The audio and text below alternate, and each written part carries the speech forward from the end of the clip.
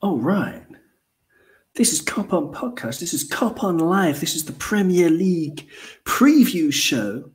And I'm 100% delighted to be joined by Ant from Leicester City. Tell us about your channel, Ant. So, yeah, appreciate you having me on, mate. So my channel, Leicester Fan Channel, I go home and away with Leicester City, match day vlogs, match previews, nothing too serious, just a bit of light-hearted fun. And if you're interested, I know majority of people who are watching this are probably Liverpool fans, but if you're interested in other clubs, definitely make sure to come and check out my channel. Absolutely superb. And we've just got another guest coming in through the door as we speak live on YouTube. Great to have you with us. Who's this from Together BHA? Hi, mate. This is Josh. Hi, Josh. Welcome to Cop On. Tell the viewers all about your channel, please. Yeah, for sure. So you can find us anywhere at Together BHA on Instagram, Twitter, the usual stuff. We post podcasts every Monday. We'll have post-match review. Sometimes we'll get some interviews with players or ex-players, good stuff like that. And yeah, we just cover the Albion. We are three expats that are living in the US, all English expats living over here. That's kind of our USP, our unique point that it's a very much a growing community over here in the US because Albion haven't been in the Premier League for long. Yeah, it's an interesting time to see all these people suddenly know who Brighton are. Well, wonderful to have you with us. Although in midweek, for those who maybe don't know, you actually played each other, didn't you? And Leicester went through on penalty. So sorry, I mean, no fighting. Okay, no fighting. I'm going to start with Ant. You're, the victor on penalties. Do you think you deserved the win? I thought it was, I know it's such a cliche, but I really thought it was a game of two halves. I thought first half we were very good. Second half, Brighton, they fully deserved to equalise and take it to penalties. But at the end of the day, it's a cup game. I'm not too bothered by the performance. It's like if you go through, that's the main thing. And by the lineup Brighton put out, Josh, you could correct me if I'm wrong with this. I don't think Graham Potter was too bothered by the cup. Yeah, it was very much a changed side, wasn't it? There really wasn't a lot of players that you would expect to be in the starting 11 against Liverpool playing. It was a good opportunity for people like Mwepu and Webster who were coming back from injury to get some minutes under their belt. And I agree with that. It was very much a game of two halves. We came out, changed up our style, and played a lot better in the second half. I think we were well worth going to pens. And it was, I must say, it wasn't the most greatest penalty shootout. I feel like both Leicester and Brighton players were putting them in really easily savable positions. If the Brighton goalkeeper could dive anywhere else other than to his left, that would be great. So he got a bit confused, did he? Okay, right, fair enough. I didn't see it. Sorry about that. I was I don't know. Oh yes, I was busy watching Liverpool. That's right. Get a bit lucky. We're again with a much changed team against Preston. We're going to get into Liverpool versus Brighton in a bit, but where we're going to start this week is Leicester Arsenal, because Ant, you're with us, and Leicester Arsenal. Hang on, give me a moment. Stop sharing the screen. There you go. We can all see. Everybody can be seen now. So there you go. Leicester versus Arsenal. And I was looking in preparation for today, the form table, right?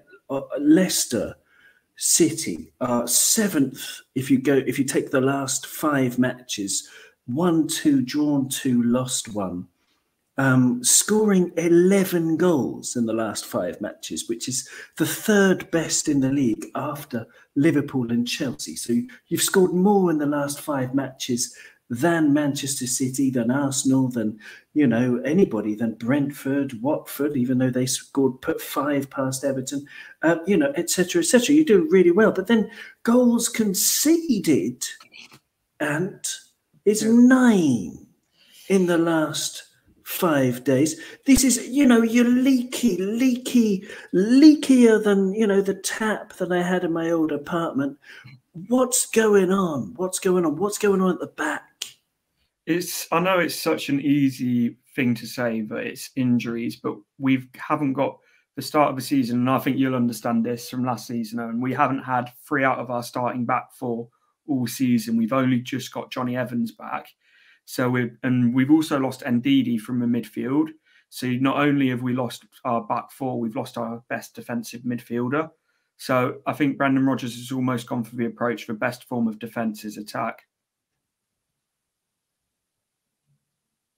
Oh, I think you've gone on mute. Sorry, my mic was muted. Excuse me. It's about amateur. How long has Ndidi been out? I sort of missed the fact that he's out. I believe the last game he played was the Brighton game when at the Amex, where Brighton beat us 2-1. But then I think James Justin as well, he's been out since last season. Yes, Fofana, huge miss for us. Johnny Evans, I would say that's the biggest miss that we've had, and he's only just started to come back. So I would say that's probably the main reason why we've been leaking goals, as well as the fact that we've had to play Vestergaard there, who is as useful as a lamppost in defence.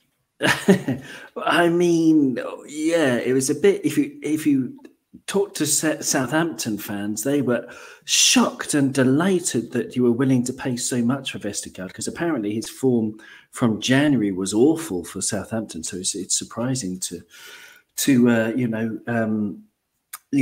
he went for such big money in the summer. I don't know, Brendan Rodgers. I'd be interested in getting your opinion on Brendan Rodgers soon, Josh, but I'm going to ask you first, Ant, because he's your manager. He divides opinion a bit. How do you feel about Brendan? I absolutely love him. I think he divides opinion a lot from fans that aren't Leicester fans, but when 90% of Leicester fans are fully behind what he's doing and can really see the progress he's making. It's like, to win our first FA Cup, that is absolutely huge. To get us back-to-back European football, absolutely massive as well.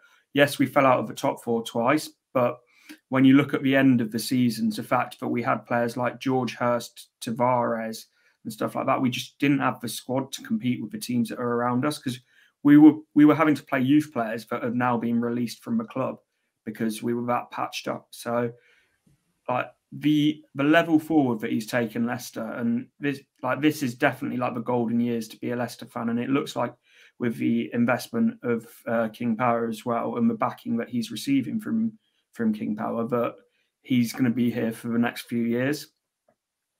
Well, that's great. I mean, I do like Brendan. I think he's, he's always trying his best, and he's, he's a knowledgeable man, and he's got lots of great experience now. And, he always seems to get the best out of the attacking players. But I just think a little bit in Europe, for example, I don't know, he just seems to lack at something. I don't know if it's tactical or what, or in terms of motivation, or organising defences. I don't know. What's your opinion, Josh, on Brendan? Yeah, I like him. Good manager. Like you said, it seems to.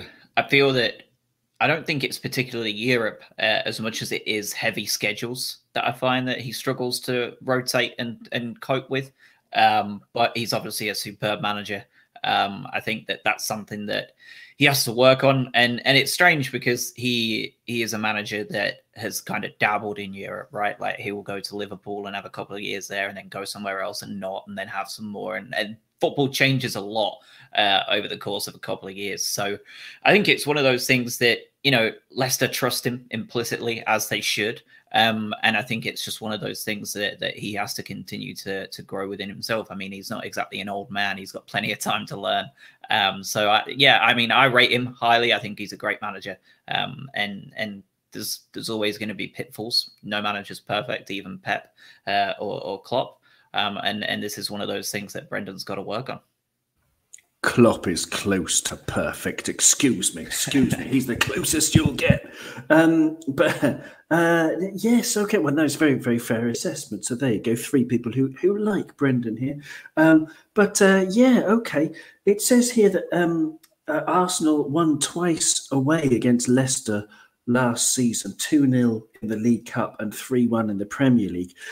Arsenal haven't won 3 consecutive away games against the Foxes in all competitions since September 1925.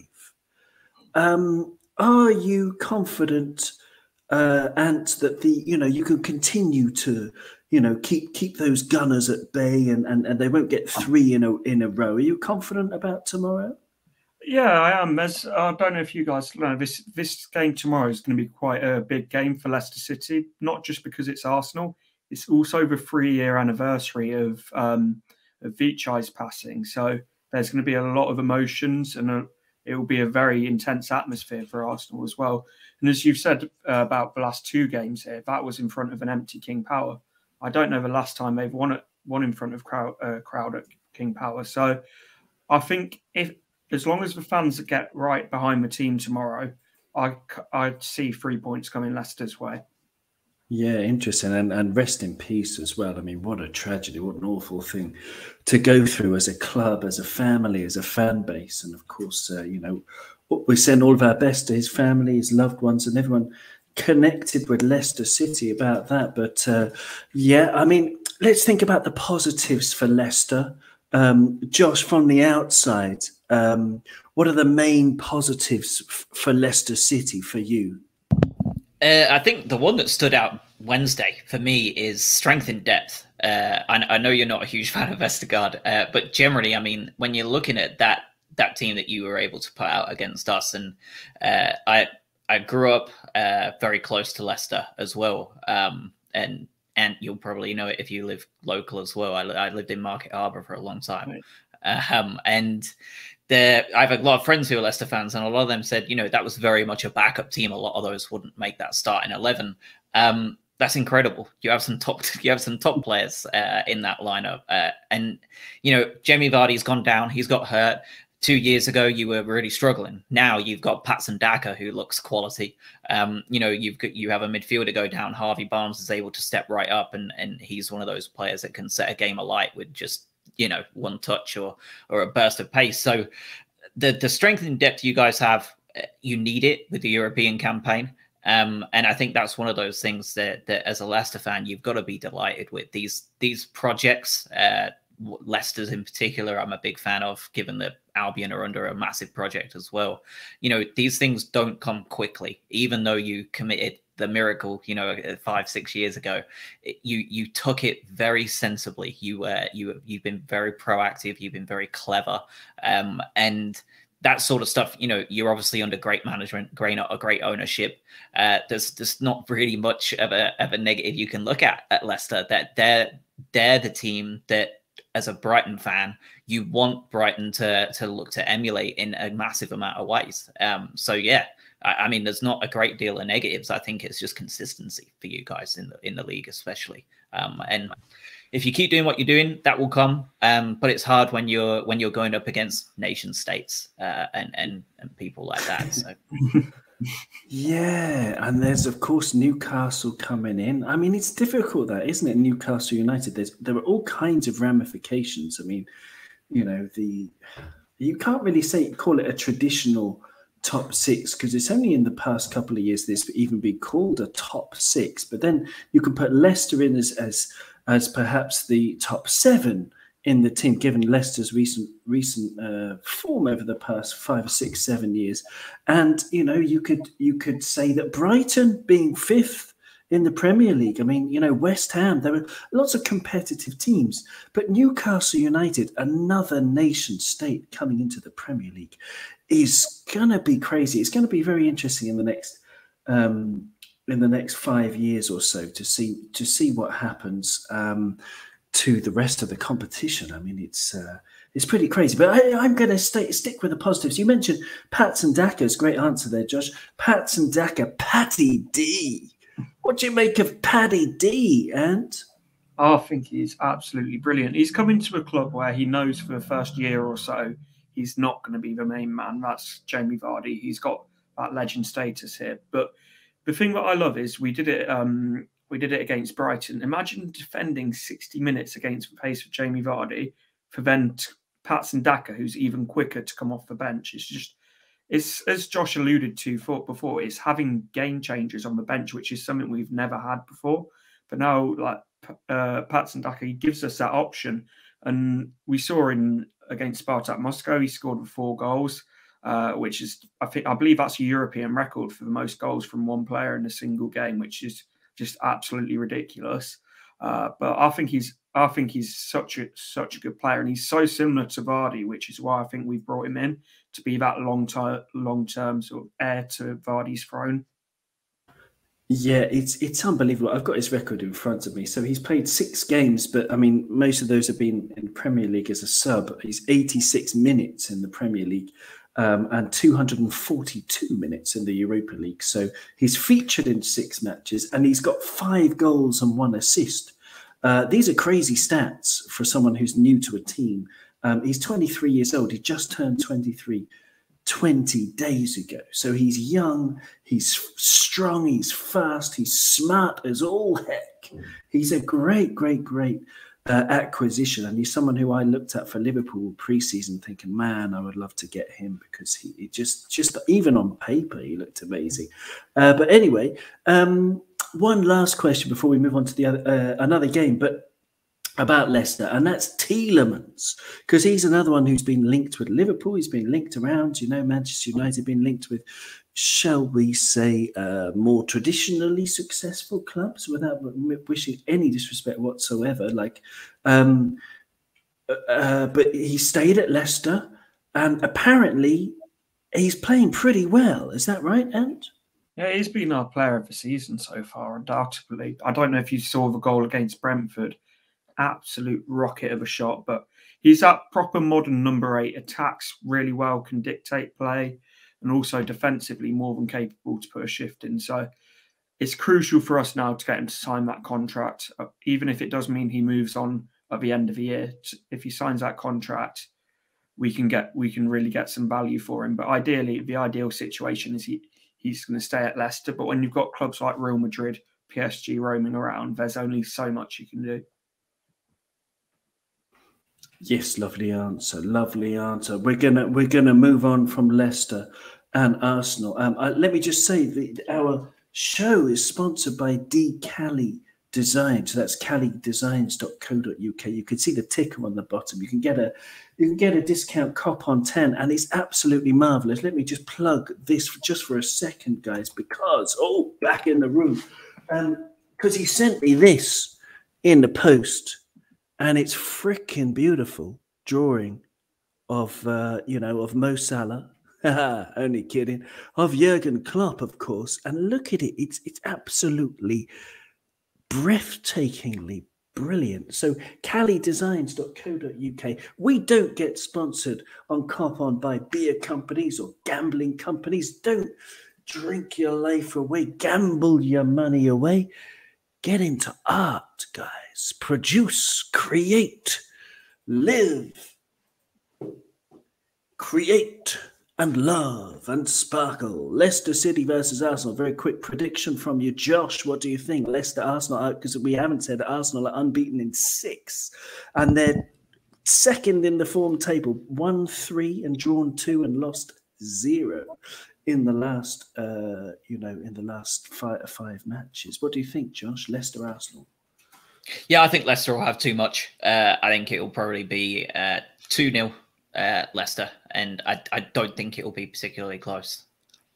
Okay. Well, there you go. Oh, there you go. All right, very good. And would you be happy with that? Are you predicting 5? Ant? What are you predicting? I'd be more than happy with that, but what I've gone for is a 3-1 because I just can't see us keeping a clean sheet at the moment. Unfortunately, with our defence, yes, we've got Johnny Evans back, which is probably our best centre back, but it's still a very patched up back line. So I've gone for a 3-1. I think we'll really take the game to Arsenal. And yes, they've been on this unbeaten run, but when you look at the teams that they've beaten away, I don't think they've beaten anyone of note away. They should have lost to Brighton at the Amex. They were very fortunate not to. Who else? And I believe there's another team in that run that they've played where they struggled away. So yes, they've been very good at home, but their away form and their away results have been a little bit more patchy. Yeah, absolutely. I think Arsenal are good. I think they're much more solid than they were. But I think Leicester will have too much, although you are leaky, very, very, lots of holes at the back, more holes than an Emmental cheese. So I'm going to say 3-2. I'm going to say a cracking match. Burnley versus Brentford.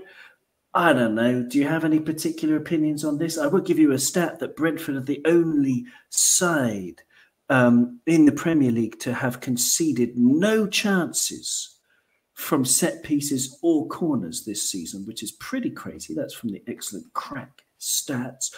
Burnley, Brentford, I don't care. I want Brentford to win, but I don't really give a monkeys. I don't know. What do you think, Josh? Yeah, I would prefer Brentford to win as well. Even though we have had a superb start to the season, my eye is still on that bottom three, and keeping Burnley firmly in it would be lovely. So yeah, a Brentford win would be a good one for us. Yeah, it's positive football versus negative football. It's pro football versus anti-football. What do you reckon, Ant?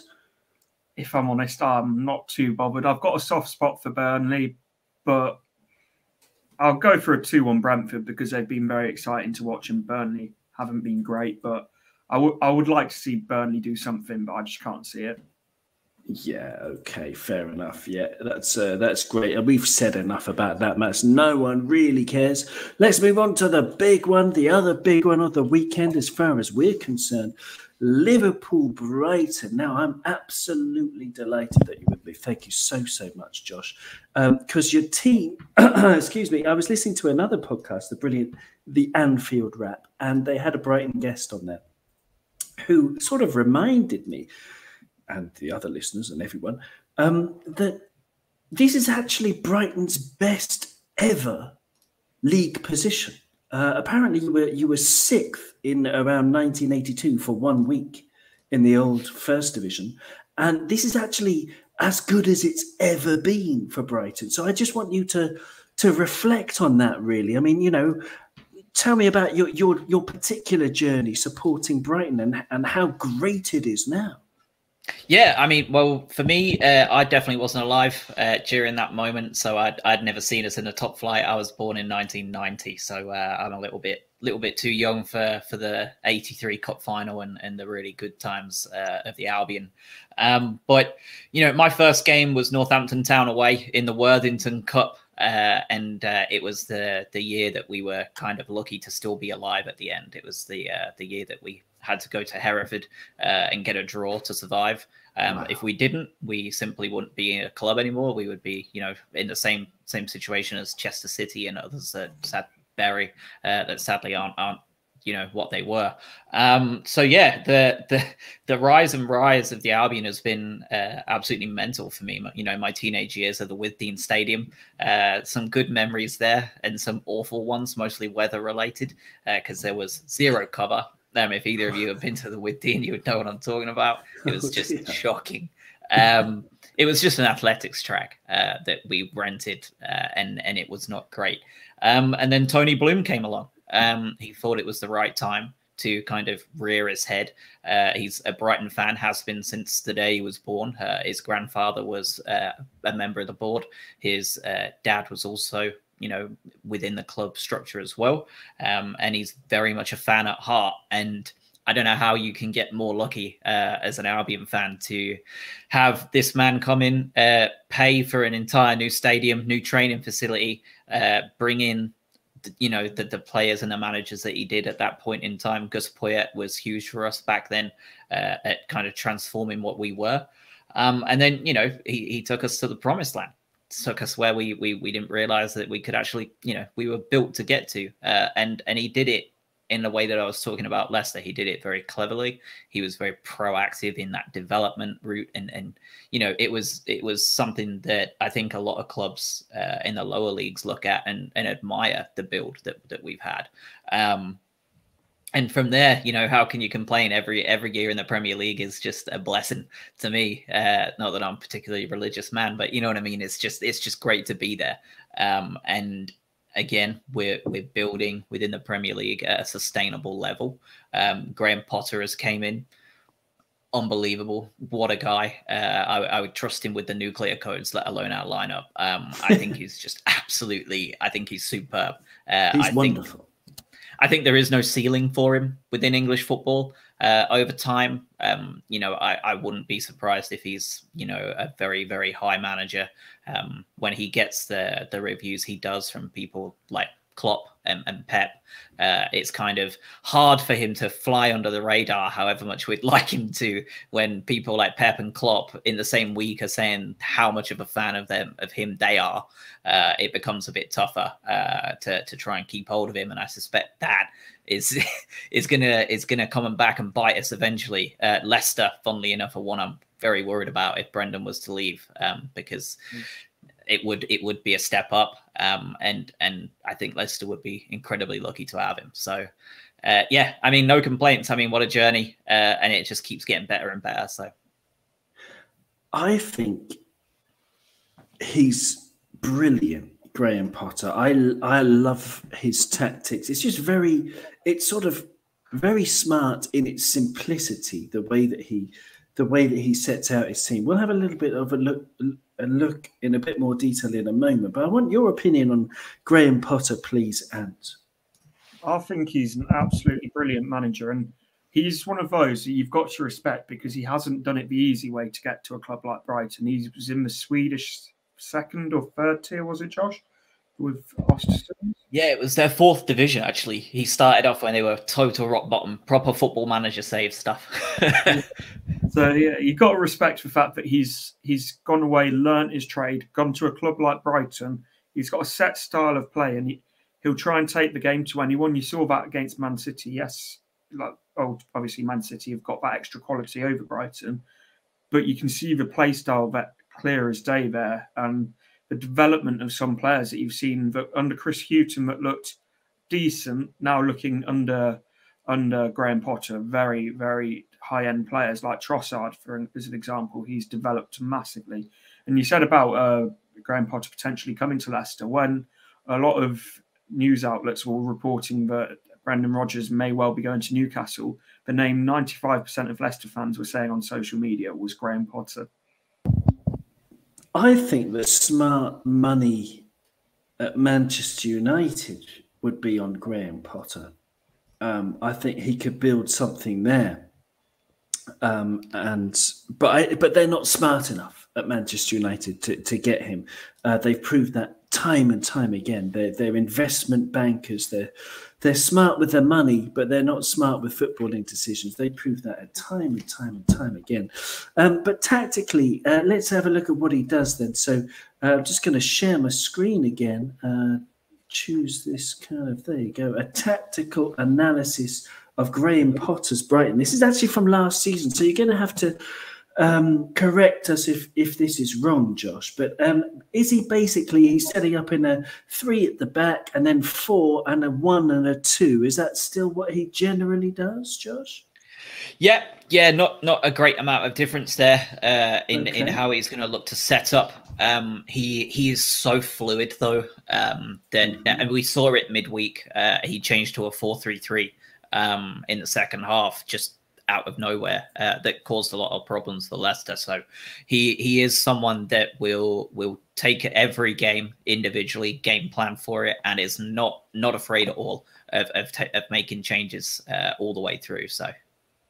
Yeah, fascinating stuff. I mean, it's great that he's got the 4-3-3 as well. And in terms of playing out from the back, I found this video really interesting. It's football tactics with Coach Rees. So thanks for this, Coach Rees. And the way that you play out from the back involves this sort of, you've got 4-piece triangle, if you will, and outnumbering a press, even if you press with 3 people, somehow. But I mean, are you worried about Liverpool's press, pressing high, pressing the goalkeeper, or do you think that your players are well versed enough to pass out of it? I imagine you don't have many fears, Josh, do you?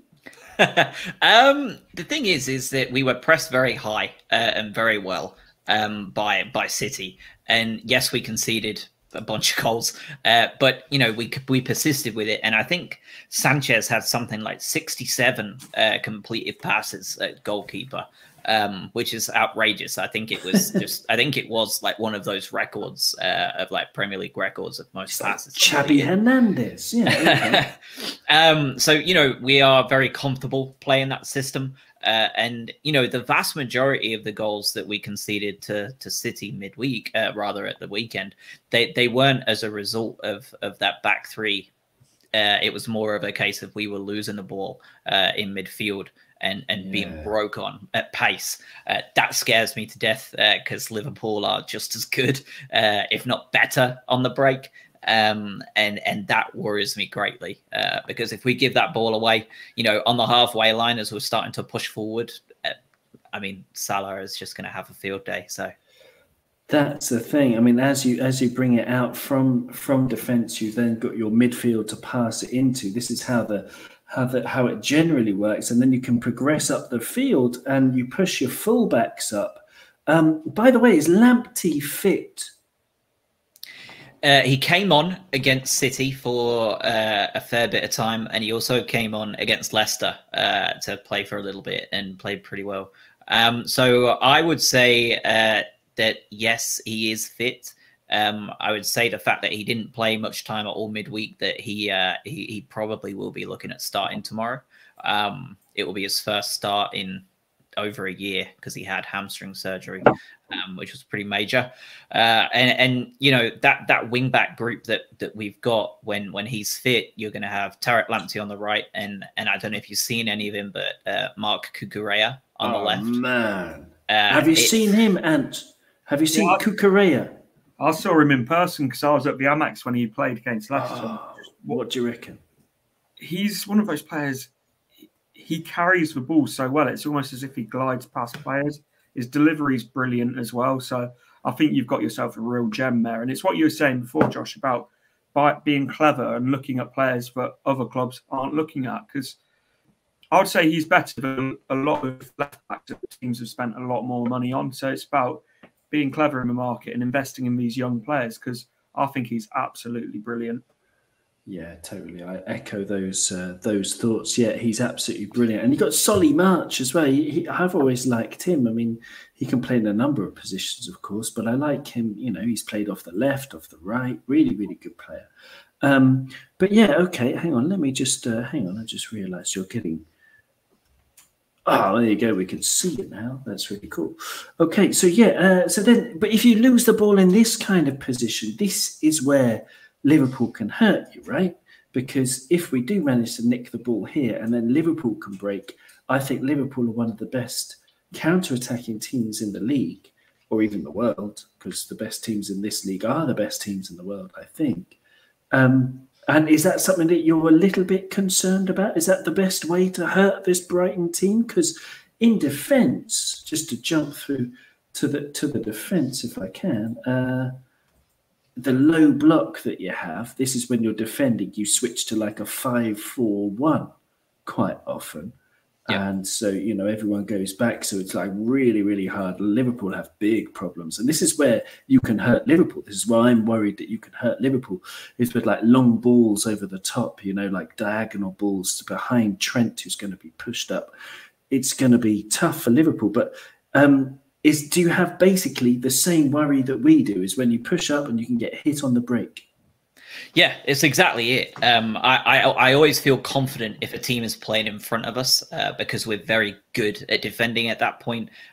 We've not got Ben White, but we've got Joel Veltman, who is excellent. We've got Shane Duffy, who came back from a nightmare year at Celtic and seemed to have refound his best form, which I don't think anyone predicted pre-season. And then you've got those options out wide, because when it does come to the fact that if we get that ball back when you're playing forward like this, you've then got to worry about the fact that one of Lamptey or Cucurella may well be bombing on, and that's just as much of a problem for you as it is for us with Salah and Mane and all the others. So it's going to be very interesting, and I think looking at this diagram here is a perfect example of why we beat you guys last year at Anfield.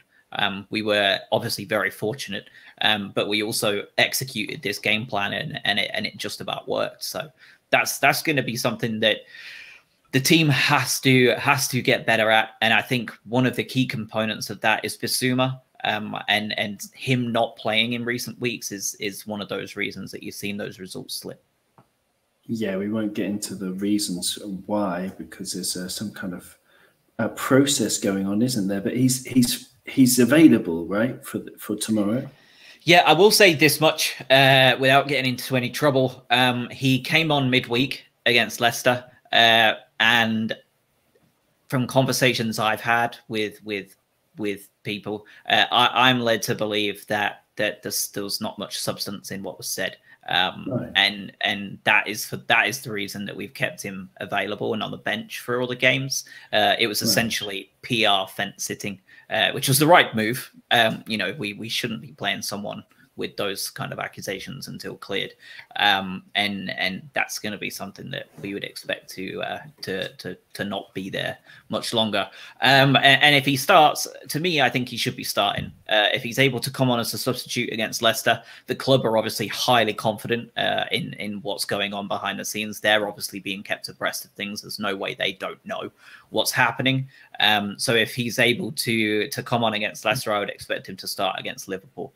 And if he does, that makes us a lot better. I mean, he is unbelievable. Incredible player. He's the best player to wear an Albion shirt in my lifetime, comfortably.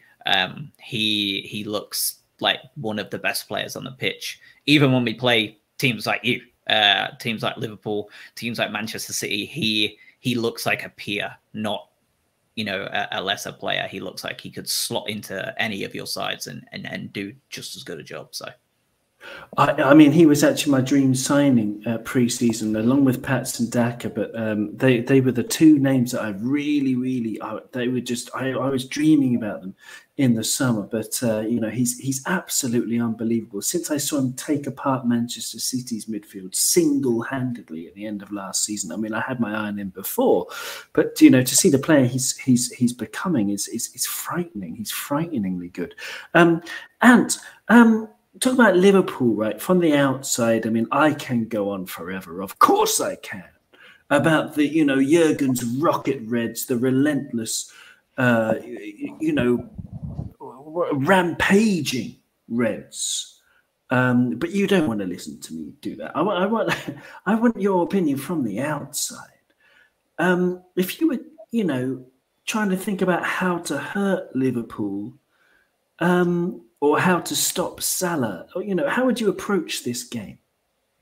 Well, what I would do, and probably what Graham Potter would do, are two very different things. What I'd do is I'd sit in a 5-4-1, play a low block, and try and force you to break you down and hit you on the break. But I look at that as a Leicester perspective of the fact that we've got players like Vardy, Barnes, and Daka, who it's sort of perfect to play on the break. I don't know if Brighton have really got that sort of ability. So if I was Brighton, I think you, particularly with it being at Anfield, you stay tight, compact those opening sort of half an hours. Don't concede any silly goals and try and find your feet within the game. So it's a difficult game, and particularly when you go to Anfield, you need a slice of luck to go your way to get any result. But it's just about staying in the game, keeping it tight, and then if you get any big chances, you've got to take them. It's the first goal. I mean, it's a cliche, but it's true. It's often crucial. Any goal is like it's treasure. It's like a dollop of ice cream on a hot day. But the first goal in this match is really, really, really crucial. That seems like a great plan. If I was playing against Liverpool, I would set up in the same way. But, the positives from the outside for Liverpool, I mean, but at the start of the season, no one thought, well, there were quite famously in Liverpool circles, 22 BBC journalists who gave their predictions for the top four at the beginning of the season, and none of them picked Liverpool to win the league. But then I did my own research and I found another 18 journalists, and none of them picked Liverpool to win the league. But now I wonder, Ant, I'm going to stay with you. Can Liverpool do it? I think you can do it. My worry for you guys is you don't have the squad that Man City or Chelsea have. They've both got two first teams in terms of their reserves, but you rotate those players, there's not that much of a drop off. I think keeping players fit, and if you can do that, there's no reason why you can't go the whole way. But at the same time, it's such a big ask competing, as you said earlier, against country-backed clubs. I think you need a lot of things to go your way in terms of injuries and in terms of those other teams dropping off slightly. But I don't see any reason why not. Well, thank you very much. Thank you very much. Josh, I want to ask you about Brighton and your expectations for the rest of the season. To, let's say, for example, Bissouma is back and he's, maybe he stays fit for the remainder of the season. Where do you expect Brighton to end up?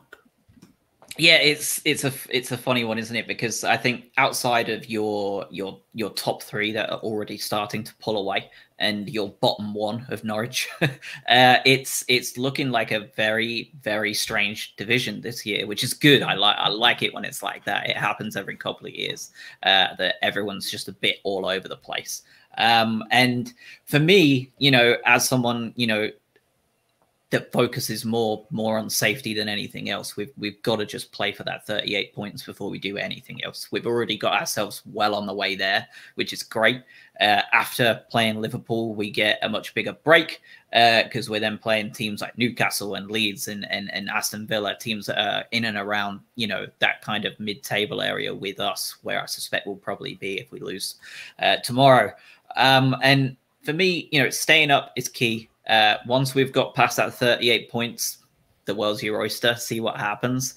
But it's hard not to be confident and happy with what you're looking at. If we can stay fit, that back grouping of Sanchez in goal, Dunk, Webster, Veltman, Lamptey, Cucurella, Bissouma, all of those players, if they stay fit and are playing, that's a scary side to come up against. And that's just your kind of back area. That's not including your Mopes and your Trossards and Lallanas that can cause you problems going forward. And with those kind of players supplying you, Lamptey and Cucurella, it becomes a lot easier for players like Mope to put the ball in the back of the net. It's very tough for him when he's got, Joel Veltman, who has been a centre-half his whole career, playing at right wing-back and supplying him. It's a lot different to Tarek Lamptey going down there and causing anyone a nightmare. So for me, there's a lot of reasons to be cheerful. This team is I think, the youngest ever side that the Albion have had in terms of the squad. And the future is bright. Oh, sorry, yeah, it's just getting a bit of an echo from Ant's thing that I just muted your mic, Ant. I don't know why, but no, yeah, it's incredible. It's incredible stuff. Let me try and unmute you there, see if that works. Yeah, I don't know what happened there. See, I don't know, the gremlins and the machines. Oh yeah, there's an echo on there. Yeah, I don't know if you've got headphones. Have you, Ant? If not, it's okay. I'll give us 2 secs. I'll just go put some on. Okay, all right. I think it's that. Or maybe it's okay now. Actually, it's okay. Don't worry. It's all right. They've gone, the gremlins. So the next match, Manchester City against Crystal Palace. 3 points, City 5-0. And what do you reckon? I think City will win. Crystal Palace will have a go. They've been, Josh isn't going to like to hear this, I think they've been a lot better under Vieira. But Man City, if they don't win this game, then it's a massive shock. They should be looking at these kind of games as a comfortable 3 points at home. Yeah, totally. I would agree with that. What do you think? Josh? The old enemy, Crystal Palace, are they going to get stuffed? Yeah, I think I have to say that Vieira has much a lot of there to hope for their failure under Vieira, because he's not exactly tore up trees anywhere he's gone. He's been average to poor just about everywhere, but he's got them playing good football. He knows what he wants them to do, and they're playing good stuff. So sadly, I think they'll be fine this season, but I don't think they'll be fine this weekend. I think they'll get beaten comfortably. Yeah, they should do. I mean, the thing with Man City is that they play this game where they're passing. They have the top of the amount of completed passes in the Premier League by about 400 passes from Liverpool, who are second. Brighton are in about fifth in that table, by the way, and Leicester are about mid-table in terms of completed passes. But there's this thing where they don't have a clinical striker. Now, playing Foden there, I think he's finally found the answer, at least temporarily, in terms of playing him as a false line. But I think, if he has an off game, then they could, sky all the chances that they make. And maybe Crystal Palace have a chance of getting a point, but it's just wishful thinking, probably. Newcastle, Chelsea.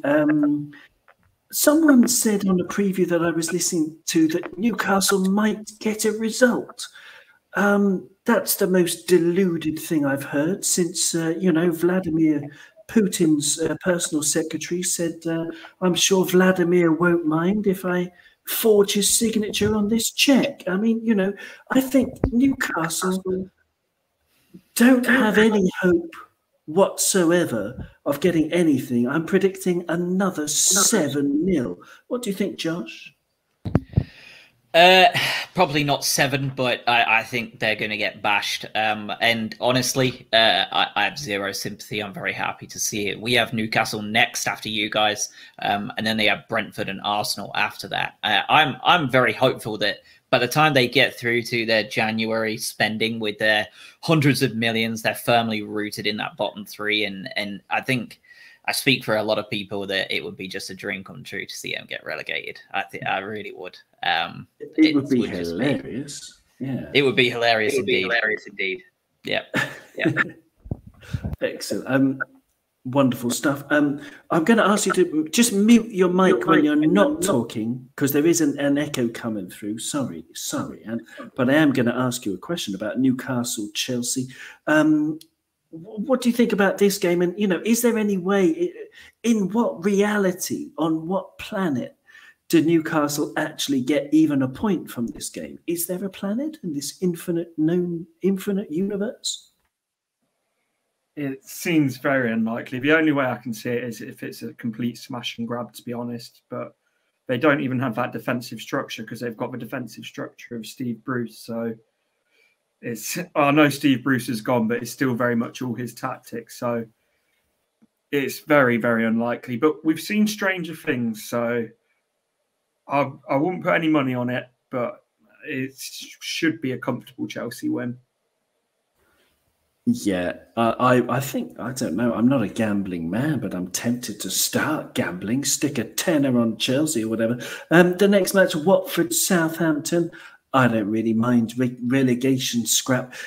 Josh, I can't believe you're after 38 points, because you're way better than Watford, you're way better than Southampton, and everybody's way better than Norwich. So, surely these two will be down there at the end of the season. Do you not feel like Brighton's a much better team than these two?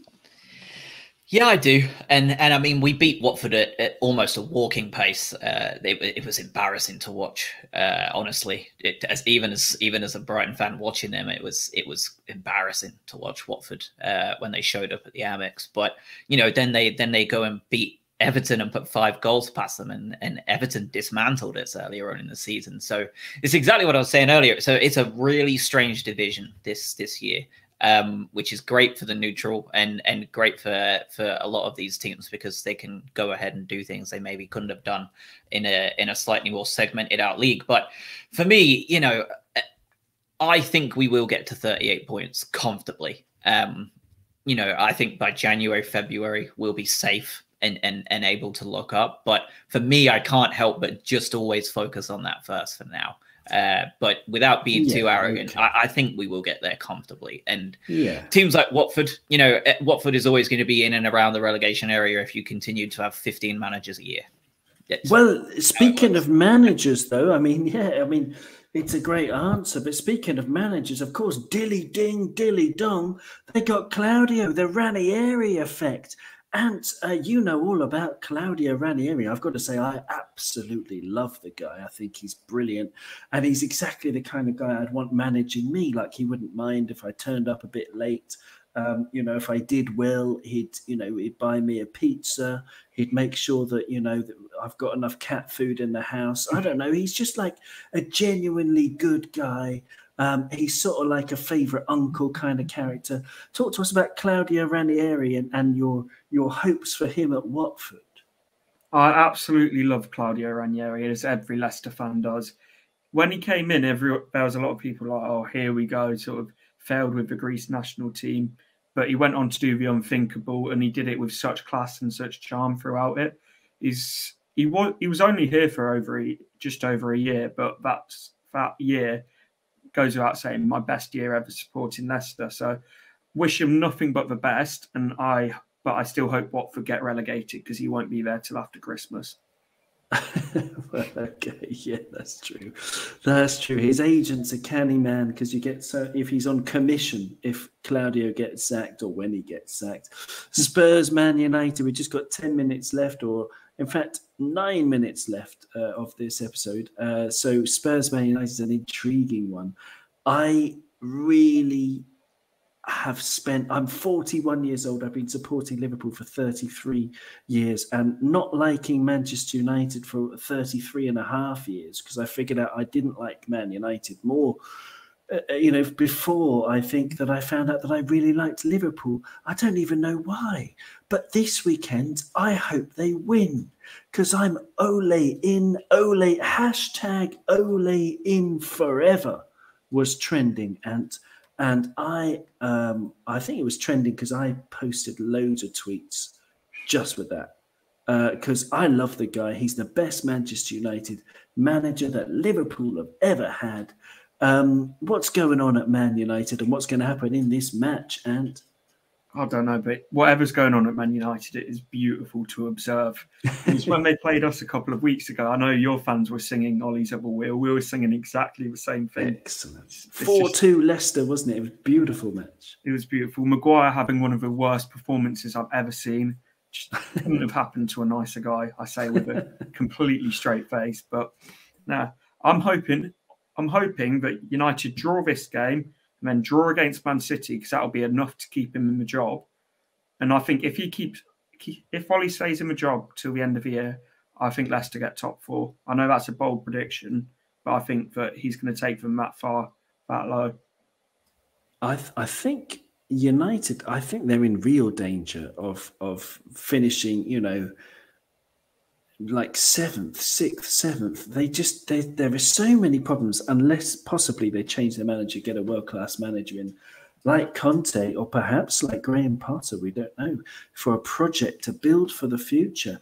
What do you reckon? I'm intrigued as to everyone's opinion on Man United, Josh, and this match. What do you think? Because also Nuno Espirito Santo is doing pretty poorly as well.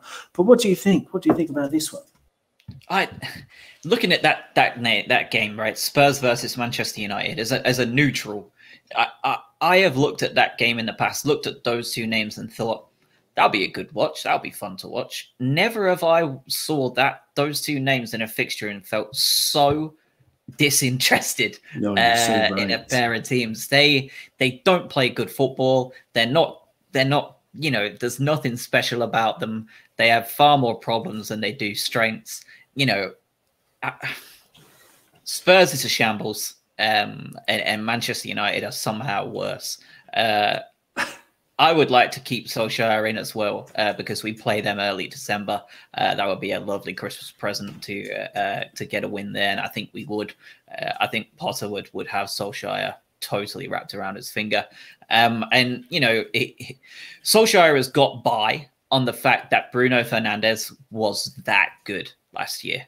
And I think he is going to continue to get by because Bruno is decent and Ronaldo will score enough goals to get them, like Ant was saying, a point here, a point there against the bigger teams that make him look like he's sustainable. And he isn't, and we all can see it from the outside. And a lot can see it from the inside, but it's bloody brilliant to watch it. I enjoy watching a very average Manchester United side because, like you guys, my entire life before Fergie left was just pure United dominance. So it was nice to see them knock down a peg over the last 10 years. It got very boring towards the end, but of course they haven't won the league since 2013 now, 8 years, which has been nice to watch. I'm going to stay on this match and just for the last couple of minutes, because the other matches that we haven't covered are Norwich Leeds, which is it's an intriguing match, but it's not as intriguing as this one for many reasons. Spurs Man United, not on the pitch, as you rightly say, Josh, because they're not so talented these days. But there's also Villa West Ham, which I don't know. I don't have all that much to say about it. And then Wolves Everton. Can't be bothered. Spurs Man United is much more exciting to talk about, Ant, because Josh just said that United will get by on the form of Bruno Fernandes and the goals of Cristiano Ronaldo, but I'm not so sure, because Cristiano Ronaldo upsets the balance of this team so much, having this sort of lamppost, or it will be a very talented lamppost with a couple of great legs and a spring in its base so it can jump vertically really high, but it's still a lamppost. I think tactically United will struggle because Bruno Fernandes as well is awful defensively in that he doesn't even bother running back. So they have too many attacking players. They don't have enough defensive players, and the ones they have, like your ex-captain, wasn't he, Harry Maguire? He never anywhere near captain. He was never near the captain. Okay, well, I'm glad of that. At least someone at Leicester has sense. But what's the fix for Man United? What would you do if you were, appointed the manager or the director of football or something? If you could make the decisions at Man United, apart from the obvious to sack Ole, what would you do? Well, to start with, I would start playing your better players, because he's got this weird obsession of playing Scott McTominay and Fred when you've got players like Donny van der Beek, who every time he's come in seems to be quite a talented player. I would be trying to, I know this is going to sound controversial, I'll be trying to keep Sir Alex Ferguson away from the training ground, because it's almost, what it reminded me of is if a school teacher has no control over their class and then has to go and get the head teacher to come in to tell their class off. Great analogy, yeah. As soon as Sir Alex has gone back out, they're going to have lost all respect for Ollie, because he's got no authority. And also, he's got no tactical now. So I know it's very easy to say, is I'll be looking to bring in a competent manager, make sure that these players, such as Telles, Van der Beek, that when they do come in and play well, get the opportunities to start. I'll take the captain straight off that fridge. To put it into context, when he was at Leicester, I think he was captain once, and players that were captain in front of him, Vardy, Schmeichel, Wes Morgan, Robert Huth, and Danny Drinkwater. And then he goes into Man United on the back of an 80 million transfer, and is then captain within 4 months. So it's a very backward structure, but it seems like it's mates rates at United. But if you all of them seem to be ex-players and jobs for the boys, it doesn't seem to be anyone who's actually got any experience in their jobs. And when you've got an inexperienced manager backed by inexperienced coaches, backed by bankers, you've got no football awareness, no high-end football awareness, and this is the result of it. They're doing really well in terms of the commercials and all of that side of stuff, but on the pitch, the decline is a beauty to watch. But it's so obvious to anyone looking in why it's happening. It's amazing, isn't it? Because it's obvious to us. We've been watching football all of our lives, and it's just so freaking obvious. I don't know, pre-season.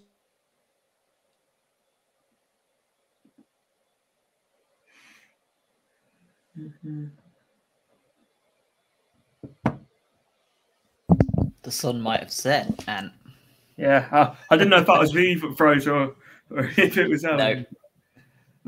What would you agree with what I've said there, or would you no, I think you were spot on. I think that and it's not something Man United fans would like to hear, but I think that if you want to get back to the glory that you used to have, I think you have to start right back at the beginning. Get rid of all your luxury player chaff, your Pogbas that just have no interest in really playing the football. You get rid of Pogba, you get rid of these players that are just not good enough, and you start at the back. You bring in a younger manager who actually understands the game. Graham Potter is an obvious one. I know they'll never go for him because he's not a big enough name, which is great for us. But if you're a Manchester United, if you're the director of football, you get people like Potter in. You get any of these, young English coaches in, Eddie Howe, even, for goodness sake. Get somebody in, focus on that back line, get your defense keeping clean sheets as soon as possible. If they're not good enough, like your Maguires, sack them off and bring in somebody that knows what they're doing. Go sign your Bissouma. Go sign your Ndidi. Go sign a player that is going to anchor that midfield and just dominate in there. Because Fred, McTominay, Van der Beek, none of them are going to be that holding midfielder that just takes over a game like a Kante does, that just completely just destroys everybody else in the build-up. And at that point, if you've got that down, and you've got that defensive structure down, then your Bruno Fernandezes and your Ronaldos and your Greenwoods and your Sanchos, like they're gonna be able to take games by the scruff of the neck if they don't have to worry about what's going on behind them. But when you've got a coach like Solskjaer with little to no experience, and like you said, this gentleman's club that just seems to be living off of the reputation of Sir Alex, it's not going to work, and they're not going to do that, right? I think we can see that they are too stubborn to do that. They're going to stick with this old boys club, and it's great for non-United fans to look at it because they're never going to be a genuine threat until they do change their way. And when's that going to happen? I don't see it happening anytime soon. They're a mess, and I don't see anyone. Long gone are the days where Sir Alex would bring through 4 random youth prospects a season, and all of a sudden, like 2 of them were their player of the season and winning them games like out of nowhere. And he did it for 20 years. It's not, where else their academy gone? Because now they're spending it all on Sancho instead. Superb player, but he's, Yeah, I completely agree. And another point that I think we haven't even mentioned is the fact we've said about director of football. That's Ed Woodward, who's got no experience in football at all. So then that's why he's appointing these players, these members of staff. But he probably sees Ole Gunnar Solskjaer, old player and stuff, and thinks, oh, that's a good idea kind of thing. But I think it's Ferguson as well. Sorry to interrupt. I got my internet back. I paid the bill. I put the coin in the machine. But I think it's a brilliant point you're making. But I think it's also Ferguson, in the background, pulling the strings still.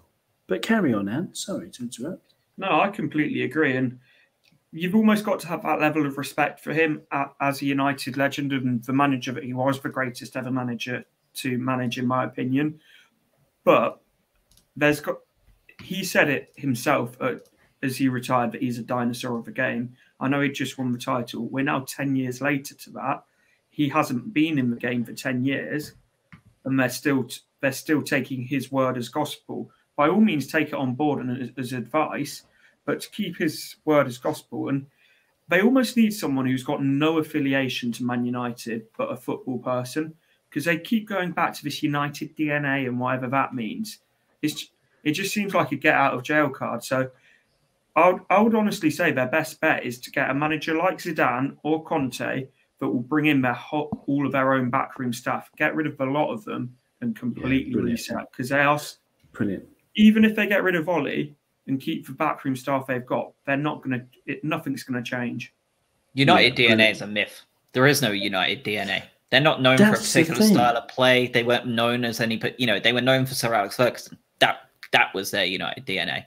They have no DNA outside of that. When you look at Leicester, they have a DNA that they've built up, especially in the last 10 years. You look at Brighton, the last 15 years, we've developed a genuine Brighton DNA. You look at Liverpool, genuine Liverpool DNA, especially under Klopp, like that Rodgers and all the others before him were seeking to do, and Klopp just struck gold with it. They all have like an identity. United haven't had an identity since Ferguson left. And you can't have an identity that is being Ferguson because no one else is. So I agree. It's really interesting. Liverpool, I mean, we went through that as Liverpool fans in the early 90s when we appointed Graham Souness and then Roy Evans, because they were old boys. And, it's like, this is the Liverpool way. And we went, sort of 8-9 years without a trophy. Then we got in Gerard Houllier, who was completely different, and he revolutionized the club. He was very unlucky with his the heart attack he suffered, and from then he wasn't quite the same man. But he really galvanised the club. From then, I don't know, we've made a number of other mistakes. But anyway, look at the time. We've got to finish, guys. It's been an absolute pleasure. For Together BHA, just a quick shout out, Josh. How can people get in touch or listen to your wonderful podcast? Together BHA everywhere.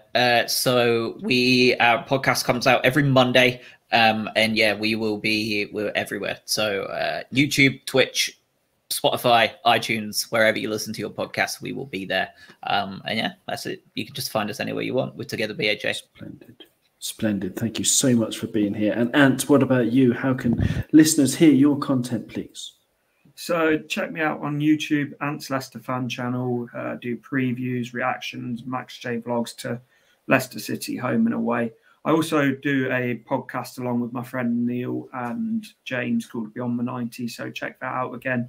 YouTube, Spotify, Apple Music, all your platforms to listen to your podcast. But no, Owen, thank you so much for having me on. I really do appreciate it. Man, it's been totally brilliant to have you both on. Thanks a lot to Alan and Dave who are in the chat, and thanks to everybody else watching.